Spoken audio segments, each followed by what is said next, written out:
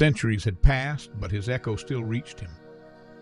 But the poet Camões still heard his echo, in courage, in destiny, in language. He did not write of myth.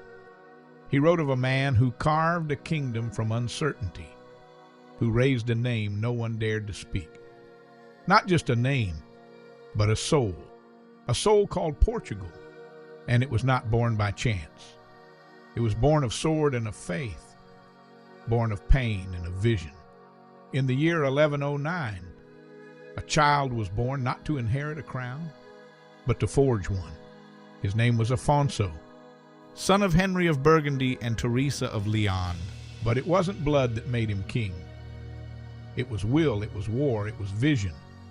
He was raised not by kings, but by knights, guided by Moniz, a man of honor and resolve. Not just a mentor, but a compass through chaos. Afonso trained in the ways of war and in the silence of faith. Among the Templars, he learned discipline, strategy, and destiny. It wasn't comfort that forged him. It was steel and scripture and silence. He wasn't born to sit on a throne. He was made to claim one. At just 19, Afonso made a choice, not of loyalty to blood, but to the land that called for freedom. He rose against his own mother, Teresa of Leon, and the powerful Galician lords who sought to rule Portugal. In 1128, he marched to São Mamede, a battlefield near the cradle of Guimarães. He led his forces into battle. It was not just a clash of kin.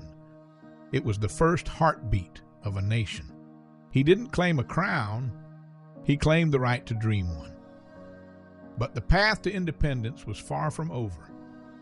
In 1139, on the scorched plains of Ourique, Afonso faced his greatest trial. He stood before a vast Muslim army, outnumbered, outmatched, but unshaken. Some say 5 Moorish kings led the charge. Others speak of a vision, where Christ appeared to him the night before the battle, promising divine victory. Whether miracle or memory, what is certain is this: Afonso won, and from that triumph came a symbol. 5 shields, set in the shape of a cross, now etched into the flag of Portugal. 5 for the wounds of Christ, 5 for the kings he defeated, or the trials he overcame. Not just a banner of conquest, but of belief. A symbol forged not in myth, but in memory. Afonso did not ride alone. At his side rode a man whose name would be etched into the very stone of the realm, Gualdim Pais. Templar knight, faithful warrior, bound to Afonso not by blood but by purpose. Together they carved the path of a rising kingdom.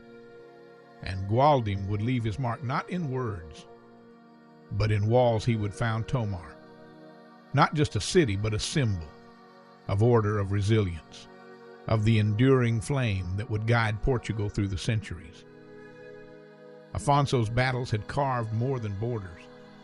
They had forged identity. But the world still saw Portugal as an unproven claim. That changed in 1143 when Afonso met with the King of Leon in Zamora. Treaty was signed, not of surrender, but of recognition. A rebel no more, but a sovereign, a king before his people and now before his peers.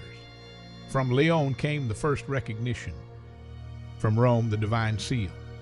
In 1179, the papal bull Manifestus Probatum sealed what battle alone could not. Portugal now stood not just by right of conquest, but by grace of the church. A kingdom blessed by war and anointed by faith. He had forged a kingdom through will. Now he would test its strength through fire. In 1147, Afonso turned his gaze south to the land still held by the Moors. First Santarém taken by surprise, with the speed of a shadow and the force of thunder. Then Lisbon, the crown jewel on the Tagus. A siege unlike any other, where courage met faith, and hope stood beside steel. Crusaders from the north, drawn by their own holy war, joined Afonso's cause, and together they breached the walls, not just of a city, but of a future. Lisbon fell, but more than a city was reclaimed. A voice rose, a name grew louder. Portugal was becoming. In 1185, after more than 70 years of life, Dom Afonso closed his eyes for the last time. He had not lived for comfort. He had lived for a kingdom, one he carved from silence and stone. He was laid to rest in Coimbra, in the monastery of Santa Cruz, the heart of the kingdom he had named and shaped. But death did not still his presence. His legacy did not fade with time. It passed to his son Dom Sancho I, who would defend and populate the land, securing borders and dreams. But Afonso was not just the first king. He was the root from which Portugal would grow. He was the shield. He was the sword. He was the will to become. And though centuries have passed, his echo still walks these hills, whispers in our stories, and beats in the heart of every soul that calls this land home. Dom Afonso, the founding father, the dreamer of a nation, the name behind the name, still beating in the soul of a people.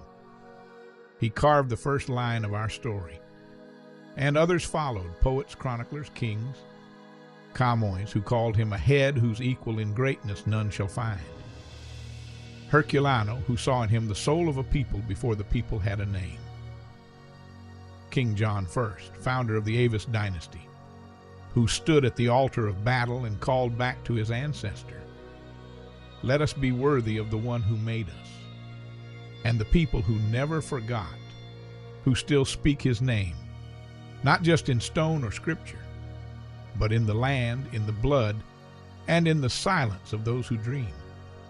A name carved in steel, a will cast in fire, a soul that became a kingdom, the one who dared to dream it first,